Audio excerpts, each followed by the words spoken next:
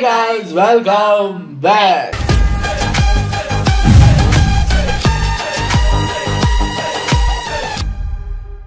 எல்லாரும் எப்படி இருக்கீங்க? நாங்கள் ரொம்ப நல்லா இருக்கோம். இன்னைக்கு நாங்கள் இந்த வீடியோக்கு ரியாக்ட் பண்ண போகிறோம் அப்படின்னு பார்த்தீங்கன்னா டியூஸ்டே. ஸோ மேக்னட் ஃபேக்ட்ஸ் அந்த சேனல்கள் இருந்தால் நம்ம ஒரு வீடியோவை தூக்கிட்டு வந்திருக்கோம்.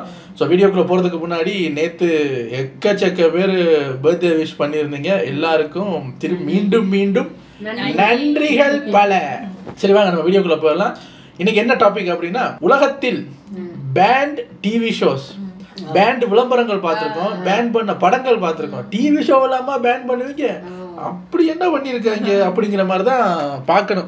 இப்போ கூட பல ஷோவை பார்க்கும்போது நமக்கு பேன் பண்ணணும்னு தோணுது. அந்த பவர் நம்மகிட்ட இல்லை. அதனால பல ஷோக்களை பார்க்க வேண்டிய ஒரு கட்டாயம், ஒரு நிர்பந்தம். வேர்ல்டு முழுக்க இந்த மாதிரி என்னென்ன ஷோவை தூக்கி குப்பையில் போட்டிருக்காங்க அப்படிங்கிறத உள்ள போய் பார்த்துக்கலாம். இது ஒரு 9 minutes வீடியோங்கிறதுனால டக்குன்னு பார்த்துட்டு ரெடி. ஆண்டாண்டு காலமா வீட்டுக்குள்ளே நம்மளை என்டர்டெயின் பண்ற முக்கியமான விஷயங்கள்ல ஒண்ணுதான் டிவில ஓட்டப்படுற இந்த டிவி நிகழ்ச்சிகள். நம்ம ஊர்ல வளப்ப போவது யாரு, குரங்காட குயிலாட, நீயா நாயா, பெரிய பஸ், வெளிநாட்டிலயும் பல வெரைட்டிகள்ல நிகழ்ச்சிகள் வந்திருக்கு. அதுல சிலது பெரிய பிரச்சனைகளை கிளப்பி விட்டுருக்கு. அப்படி வெற்றி பெற்றால் கிட்னி இலவசம் வெளியான நிகழ்ச்சியில இருந்து குட்டி டவுசரும் குமரி பெண்ணும்னு வடக்குல பலர் வாயில விழுந்த நிகழ்ச்சி வரைக்கும் சர்ச்சை கிளப்பின கோளாறான நிகழ்ச்சிகளை தான் இந்த வீடியோல உங்களுக்கு காட்ட போறோம். அதனால வெல்கம் டு தி வீடியோ. இதுதான் அவங்க குட்டி டவுசர் குமரி The Swan 2004ல ஃபாக்ஸ் சேனல்ல பல பேரையும் ரிமோட் எடுத்து அடிக்க வச்ச ஷோ இது. அதாவது இந்த டிவி ஷோ படி நார்மலா இருக்க இருங்க, இது வீடியோக்கு சம்பந்தம் இல்லாத ஒன்று. பட் அந்த டெம்ப்ளேட்டை பார்த்து எனக்கு ஒரு ஞாபகம் வருது.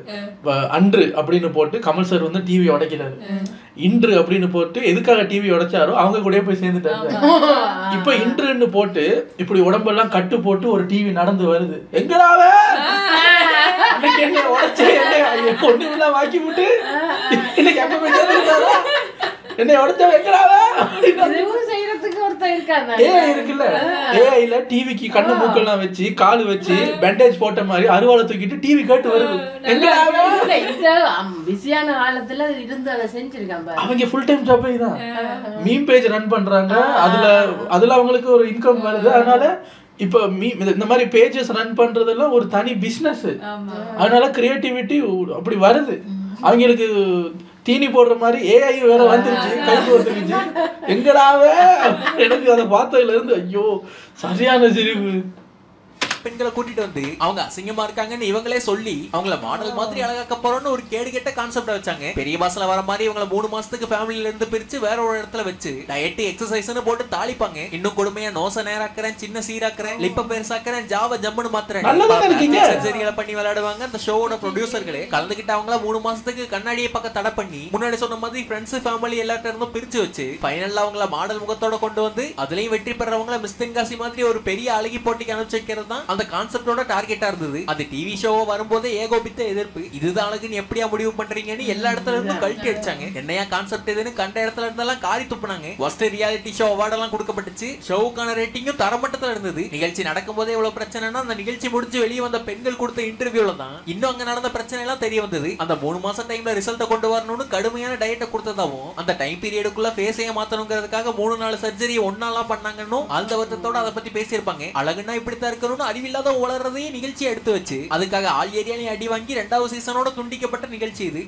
ஹெய் ஹனி வரலாற்றுல பெரிய ஆளா இருந்தவங்களை வச்சு டிவி ஷோ பண்றதெல்லாம் மேற்கத்திய நாடுகள்ல ஒரு வழக்கம் தான். ஆனா அந்த வழக்கத்தையே ஒரு படி அதிகமா கொண்டு போனதுதான் 1990லயே வந்த ஹெய் ஹனி ஐம் ஹோம்ங்கிற இந்த நிகழ்ச்சி. வேர்ல்டு வார் 1ஓட போஸ்ட் கிரெடிட் சீன்ல என்ட்ரியை கொடுத்து வேர்ல்டு வார் 2ஓட மெயின் கேரக்டர் இருந்த சிறுமிசைக்காரர் தான் இந்த ஷோவோட காமெடி கதாநாயகனா காட்டப்பட்டாரு. எந்த கேரக்டர் வேணாலும் வச்சு சட்டையர் பண்ணலாம், ஆனா அதை சரியா பண்ணுங்கிறதா மேட்ரு. இந்த ஷோ அதை சரியா பண்ணவே இல்லை. ஆஸ்திரியன் பெயிண்டரையும் அவரோட மனைவியையும் ஒரு சாதாரணமான சிட்காம் குடும்பமா மாத்தி மீசையோட மெயின் டார்கெட்டா இருந்த யூதர்களோட குடும்பம் அவங்க வீட்டுக்கு பக்கத்திலே வசிக்கிற மாதிரி வச்சு முட்டாள்தனமான தைரியத்தோட மக்களுக்கு பிடிக்கும் எடுத்துட்டு வந்தாங்க இந்த நிகழ்ச்சியை. ஆனா பார்த்தவங்க யாருக்கும் சிரிப்பு வரல, வெறுப்பு தான் வந்தது. அவங்க எடுத்து விட்ட ஒரே பைலட் எபிசோடோட இந்த நிகழ்ச்சியை அப்படியே மூடிட்டாங்க. அதுக்கப்புறம் தொடர்ந்து இருந்தாதான் ஆச்சரியம். Who is your daddy? ஏதோ VPN படத்துல வர வசனமா இருந்தாலும் வசனமான ஒரு கான்செப்ட்ல பலரையும் வசனமாக்கிற நிகழ்ச்சி இது. இந்த ஷோவோட வேலையே ஆதரவற்றோர் இல்லத்துல இருந்து வளர்ந்தவங்களுக்கு அவங்களோட உண்மையான அப்பா யாருங்கிறத கண்டுபிடிச்சு காட்டுறதுதான். பரவாயில்லையே ஒரு சர்வீஸ் மாதிரி தான் இருக்கு அப்படின்னு நினைச்சீங்கன்னா அங்கதான் அவங்க டிஆர்பி புத்தியை காட்டினாங்க. 2005ல வந்த இந்த நிகழ்ச்சியை பலரையும் எதிர்க்க வச்ச மேட்ரு தான். அந்த பேசிக் கான்செப்ட் மேல இவங்க பார்த்து விட்ட வேலை. உண்மையான அப்பாவை கண்டுபிடிக்கிறதே அவங்க கேம் ஷோ மாதிரி மாத்தி வச்சதுதான் அந்த கோளாறான ஐடியா. அதாவது கலந்துக்கிற போட்டியாளர்களோட உண்மையான அப்பாவை கண்டுபிடிச்சு அதே வயசுல இருக்க 7 ஆண்களோட சேர்த்து நிறுத்தி வச்சிருவாங்க. கலந்துக்கிறவங்க ஜாட நடவடிக்கை அது போக ஏகப்பட்ட கேள்விகளை கேட்டு தன்னோட ஒரிஜினல் அப்பா யாருங்கிறத சரியா கண்டுபிடிக்கணும். அவங்க ஒழுங்கா கண்டுபிடிச்சா $1,00,000 பரிசா கொடுப்பாங்க. அதே தப்பா சூஸ் பண்ணா அந்த தப்பான அப்பாவே அந்த $1,00,000 எடுத்துட்டு போயிருவாரு. கேட்கவே எவ்வளவு கருணை கொடூரமான கான்செப்ட். ஏண்டா நான் கூட கொஞ்ச நேரம் நல்லவன நினைச்சேன். தொலைஞ்சு போன அப்பாவை கண்டுபிடிச்சு குடும்பத்தை சேர்த்து வைக்கிறீங்கன்னு பார்த்தா தப்பா கண்டுபிடிச்சா அப்பா ஒரு எடுத்து போயிருவாரு. முதல்ல இந்த ஷோ என்ன தெரியுமா பண்ணிருக்கணும், இந்த உங்களோட ஒரிஜினல் அப்பாவை கண்டுபிடிக்கணும்னு கண்டுபிடிச்சு அவங்களுக்கு 4 அடியை போட்டிருக்கணும். பெத்து போட்டு எங்கடா போனீங்க பண்ணானீங்களான்னு. $1,00,000 எங்க அப்பாவை கண்டுபிடிச்சா எனக்கு $1,00,000, தப்பா சொல்லிட்டேன்னா தப்பான அப்பாவுக்கு $1,00,000. இது வந்து அந்த ஃபீலிங்ஸை வச்சு விளையாடுறது. இருக்கு. எதிர்ப்பு வரலனாதான் ஆச்சரியம். அடாப்ஷன் ஆர்கனைசேஷன்களையும் அடாப்டட் ஃபேமிலிஸையும் அசிங்கப்படுத்துற மாதிரி இந்த நிகழ்ச்சி இருக்குன்னு பத்திக்கிட்டு எரிஞ்சது கான்ட்ரோவர்சி. இது யாராகும் போது எல்லா திசையில இருந்தும் விழுந்த உதையோட இந்த நிகழ்ச்சி டிவிலையும் பயங்கரமா பர்ஃபார்ம் பண்ணலங்கிறதுனால வெறும் 6 எபிசோடோடய கடை மூடப்பட்டது. க்ளோன் ஹை இந்த காணொலியில் நீங்க பார்க்க போற ஒரே கார்ட்டூன் நிகழ்ச்சி இதுதான். ஆங்கிலேய ஊர்ல ஓடி இருந்தாலும் அதை பேன் பண்றதுக்கான காரணம் இந்தியா வரைக்கும் இருக்கு. 2002ல இருந்து 3 வரைக்கும் அமெரிக்கால ஓடிட்டு இருந்த ஒரு நிகழ்ச்சி தான் இந்த க்ளோன் ஹை. இதோட கான்செப்ட்ல தான் கரைச்சலே. இன்னைக்கு உலகத்தோட ஃபேமஸான லீடர்களா பார்க்கப்படுறவங்கள டீனேஜ் வயசுள்ள ஒரு க்ளோனா உருவாக்கி அந்த க்ளோன்கள்லாம் ஒரே ஹை ஸ்கூல்ல சேர்ந்து படிச்சா எப்படி இருக்குங்கிறதா இந்த ஷோவோட content. Abraham Lincoln, JF Kennedy, Joan of Arc, கிளியோபட்ரான்னு பெரிய பெரிய ஆளுகள்லாம் உள்ள இருந்தாலும் இவங்களுக்கு பிரச்சனை கொடுத்ததே இந்தியாவோட ஃபேமஸ் லீடரான காந்தியை எப்படி காட்டினாங்கிறதுல தான். அகிம்சையும் மது தீயதுன்னு சொன்ன காந்தியோட க்ளோனு ஒரு மொரட்டு பார்ட்டி பண்ற கையா இந்த கார்ட்டூன்ல காட்டியிருப்பாங்க. இந்தியால பலராலையும் ஃபாலோ பண்ணப்படுற மதிக்கப்படுற ஆளு MTVல ஓடிட்டு இருந்த அந்த கார்ட்டூன் தவறா காட்டினது இங்க பெரிய பிரச்சனை ஏற்படுத்துச்சு. மும்பைல இருந்த MTVயோட ஆபீஸ் முன்னாடி காந்தி ஆதரவாளர்கள் பல பேரும் இந்த நிகழ்ச்சியை நிறுத்தணும்னு உண்ணாவிரதம் இருந்து போராடினாங்க. அவங்களுக்கு ஆதரவா அரசியல்வாதிகளும் சேர்ந்து கார்ட்டூன் எடுக்கலன்னா இந்தியால லைசன்ஸை கேன்சல் பண்ணிடுவோம் அப்படின்னு ஒரு கட்டளையும் விட்டாங்க. பெரிய அழுத்தம் கிடைச்சதுனால அந்த கார்ட்டூனை ஒரே சீசனோட அப்பவே நிறுத்திட்டாங்க. அதுக்கப்புறம் 2023ல இந்த கார்ட்டூனை மறுபடியும் ரீபூட் பண்ணி கொண்டு வரும்போது அதுல அந்த காந்தியோட கேரக்டரை ரிமூவ் பண்ணிட்டாங்க. There is something about 2004ல ஒரு டேட்டிங் ஷோவா பிரிட்டிஷ் டிவி நிகழ்ச்சிகள்ல ஒளிபரப்பாகி ஊரையே சலசலப்பாக்குற மாதிரி ஒரு ட்விஸ்ட் வச்ச டிவி ஷோ இது. பொதுவா மேற்கத்திய நாடுகள்ல இந்த பொண்ணை யார் உசார் பண்ண போறாங்கிற மாதிரியான டேட்டிங்கை பேஸ் பண்ணி ஏகப்பட்ட நிகழ்ச்சிகளை எடுத்து ஃபன் பண்ணிட்டு இருப்பாங்க. அதே மாதிரி ஒரு முயற்சியில 21 வயசான மிரியம் ரிவேராங்கிற இந்த மெக்சிகன் மாடலை கூட்டிட்டு வந்து போட்டியாளர்களா 6 ஆண்களையும் கூட்டிட்டு வந்து இவங்க மனசை யாரு கவர போறாங்கிறத கவர் பண்ற நிகழ்ச்சியை ஆரம்பிச்சது. மறக்க முடியாத எக்ஸ்பீரியன்ஸ், புகழ் வெளிச்சம்னு ரெண்டுமே கிடைக்குங்கிறதுனால கலந்துகிட்ட ஆண்களும் கண்டபடிக்கு முயற்சி பண்ணாங்க அவங்களோட மனசை கவர. கவிதை சொல்றது, டேட்டிங் போறது, அதிகபட்ச ஸ்டெப்பா உமா கொடுக்கற அளவுக்கு க்ளோஸ் ஆனதுன்னு எல்லா பைபிள்ளைகளும் அவங்களோட பர்ஃபார்மன்ஸை பிச்சு உதர்னாங்க. 6 ஆடவர்கள்ல யார் மனம் கவர்ந்தவர்னு தேர்ந்தெடுக்கிற அந்த ஃபைனல் வரும்போது ட்விஸ்ட்ங்கிற பேர்ல ஒரு மிகப்பெரிய இடி இறக்குனாங்க அந்த ஆட வந்தவங்களோட இதயத்துல. யாரையும் அவங்க செலக்ட் பண்ணலையா? அது நம்ம ஊர்ல ஓடின மாப்பிள்ளை நிகழ்ச்சியில ஆரியா பண்ணது. அப்ப அங்க என்ன பண்ணாங்க? அந்த 6 பேரும் உள்ளம் கவர்றதுக்காக உழைச்சிட்டு இருந்த அந்த மிரியம்ங்கிற மாடல அவங்க பெண்ணே இல்ல பெண்ணா மாறின ஒரு ஆணுன்னு அவங்க டிரான்ஸ்ஜெண்டர்ங்கிறதையே ஃபைனல்ல தான் சொன்னாங்க. இதை இப்படி ரிவீல் பண்ணும் போதே பல பேர்ட்ட இருந்து எதிர்ப்பு கிளம்பிச்சு. நிகழ்ச்சிங்கிற பேர்ல என்ன வேணா பண்ணுவீங்களான்னு பல சவுக்கடி கேள்விகளும் வந்தது. இறுதியில சொன்ன விஷயத்தை எங்கள்கிட்ட முன்னாடியே சொல்லன்னு அந்த 6 பேரும் கோர்ட்ல போய் கேஸ போட்டாங்க. மன உளைச்சல் ஆயிடுச்சு, பேரு கெட்டு போயிடுச்சு, ஏமாத்தி கலந்துக்க வச்சுட்டாங்கன்னு பல பிரிவுகள்ல வழக்க பதிவு பண்ணாங்க. நிகழ்ச்சியை நடத்தின நிர்வாகம் அந்த 6 பேரையும் கோர்ட்டுக்கு வெளியே வச்சு காசை கொடுத்து சமாதானப்படுத்திட்டாங்க. கலந்துகிட்டவங்க கிட்டயே உண்மையை மறைச்சு ரொம்ப தப்பான கான்செப்ட்ல வந்த ஒரு மோசமான நிகழ்ச்சி அது தி கிரேட் டோனர் ஷோ. இப்போ இதுல நீங்க என்னத்த சொல்றதுக்காக அந்த கான்செப்டை உருவாக்குனீங்க? யாரை ஏமாத்துறதுக்கு? ட்விஸ்ட் வைக்கிறாங்களா? ட்விஸ்ட் என்னடா ஷோ? 6 பேரையும் பழக விட்டு யாரு நல்ல அவங்க சொல்லுவாங்களா? சரி பழகிறதுன்னா கையை குலுக்கிட்டு போவாங்கன்னு பார்த்தா உமாலாம் கொடுத்துக்கிட்டு இருக்கீங்க. கடைசியில் வச்சாங்களா ஆப்பு? உமா கொடுக்குறாங்களா? எப்படியெல்லாம் யோசிக்கிறாங்க பாருங்கய்யா.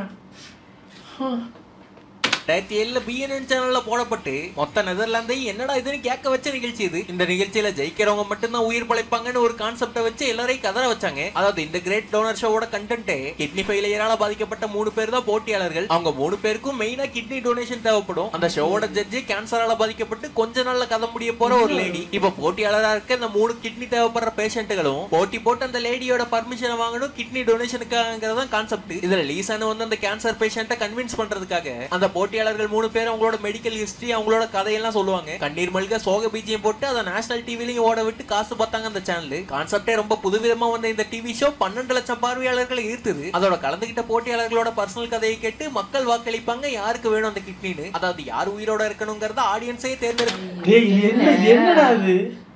அதுகளும் பாவம் கிடைச்சிரும் உயிர் விளைச்சிருவோம் போயிருக்குது போல ஷோவுக்கு. ஏண்டா பண்ணாடுங்களா?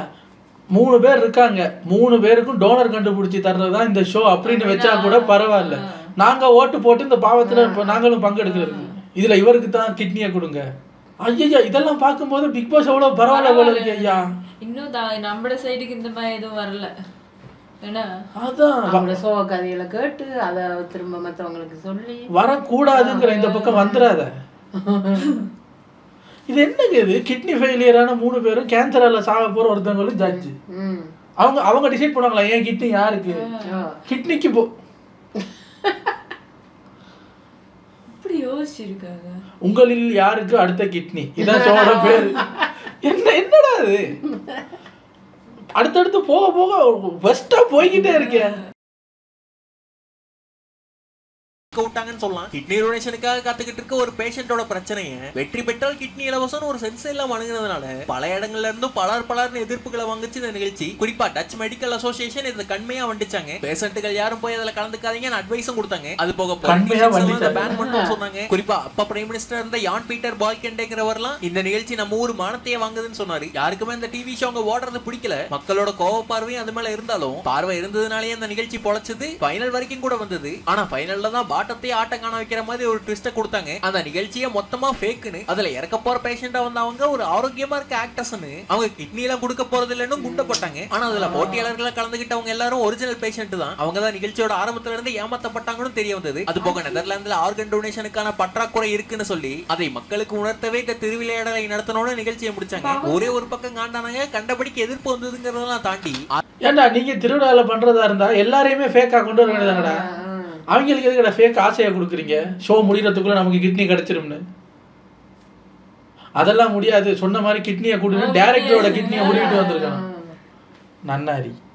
ஆர்கன் டொனேஷன்ல இப்படி ஒரு பெரிய தேவை இருக்குங்கிறது மக்களுக்கு தெரிய வந்தது. அந்த டிவி நிகழ்ச்சி முடிஞ்ச உடனே 50,000க்கு மேல மக்கள் ஆர்கன் டொனேஷனுக்கான ஃபார்ம்களை டவுன்லோட் பண்ணதாவும் அந்த டிவி ஷோவோட சக்சஸா இருந்தது. என்னதான் கட்ராவியான கான்செப்ட் வச்சது, பேஷண்ட்டுகளை ஏமாத்தினதுன்னு ஏகப்பட்ட விஷயங்களை பண்ணிருந்தாலும் எண்டிங் அவங்க நினைச்ச மாதிரி நல்லதா இந்த நிகழ்ச்சிக்கு அமைஞ்சதுங்கிறதா நெசம். அதோட முக்கியமான மேட்ரு இப்ப அந்த 3 பேஷண்ட் உயிரோட இருக்காங்கிறது தான்.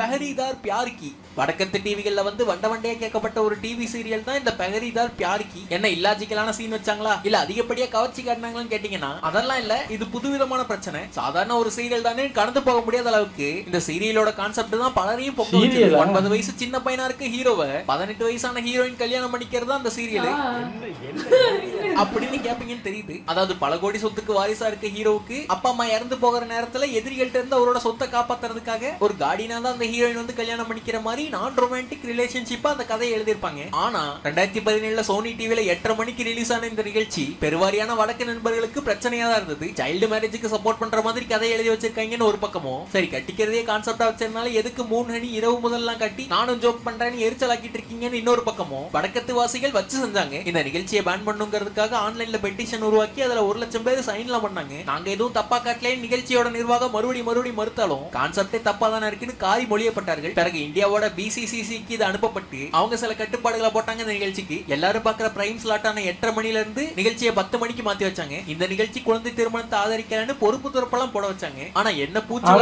ஐடியாவே ராங்கா இருக்குன்ற அழுத்தத்துல போட்ட ஒரு சில எபிசோடுகள்லயே சோனி சேனலால தூக்கப்பட்டுச்சு இந்த நிகழ்ச்சி. பிறகு அந்த சிறுவன் கேரக்டர் பெருவனா மாறுற மாதிரி கதையை மாத்தி மறுக்க ஓட்டுனாங்கிறது STD ஆஃப் டிவி ஹிஸ்டரி. இந்த வீடியோ கான்ட்ரோவர்சியில சிக்கன சில கோளாறான டிவி ஷோக்களை உங்களுக்கு காட்டியிருப்போம் நான் நம்புறேன். வீடியோல பார்த்ததுலயே எது உங்களுக்கு இன்ட்ரெஸ்டிங்கா இருந்ததுங்கிறத கமெண்ட்ல சொல்லுங்க. சிவப்பு மாத்திரை உங்களுக்கு பறக்கிற சக்தியை கொடுக்கும். நீல மாத்திரை உங்களுக்கு மறையிற சக்தியை கொடுக்கும். பார்த்து தேர்ந்தெடுக்கவும். ரெண்டுல நீங்க எதை தேர்ந்தெடுப்பீங்கங்கறத கமெண்ட்ல சொல்லுங்க. இந்த வீடியோ பிடிச்சிருந்தா லைக் பண்ணி தட்டி விடுங்க. சேனலுக்கு புதுசா அதுல போடுங்க. வீடியோ இவ்வளவு நேரம் பார்த்ததுக்கு ரொம்ப நன்றி. இதே மாதிரி இன்ட்ரெஸ்டிங்கான இன்னொரு வீடியோல மறுக்க வந்து மீட் பண்றேன். இதுதான் உங்க 2 மாத்திரையில எதுன்னு கேட்டா எனக்கு 2லையும் பாதி கொடுத்தீங்கன்னா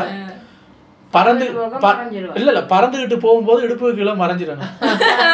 இடுப்புக்கு மேல மட்டும் பறந்துகிட்டு போற மாதிரி இருக்கணும். அப்படி ஒரு சக்தி கிடைக்குமா? பாதி மாத்திரை எடுத்துக்கிட்டா டெய்லி மாத்திரையை கொடுத்துட்டு டென்ஷன் பண்றீங்க ஐயா. நல்லா இருக்கு. ஆனா இதுல எந்த ஷோன்னு ஒன்னும் குறிப்பிட்ட சொல்ல சொன்னீங்கல்ல, எதையுமே சொல்ல முடியல. ஒவ்வொன்றும் ஒவ்வொரு மாதிரி இருக்கு. 6 பேரோட பழக விட்டது ஒரு பக்கம், கிட்னி தர்றேன் வாங்கன்னு கூப்பிட்டது ஒரு பக்கம். என்னங்க இன்னும் என்ன எத்தனை ஷோ இது பண்ணியிருக்கோம். அதோட ஒப்படைக்க நம்மளோட ஷோ எல்லாம் பரவாயில்ல. அதான் என்னவோ நல்லா இருக்கு. உங்களை அடுத்த வீடியோ வந்து சந்திக்கிறேன். பாய்.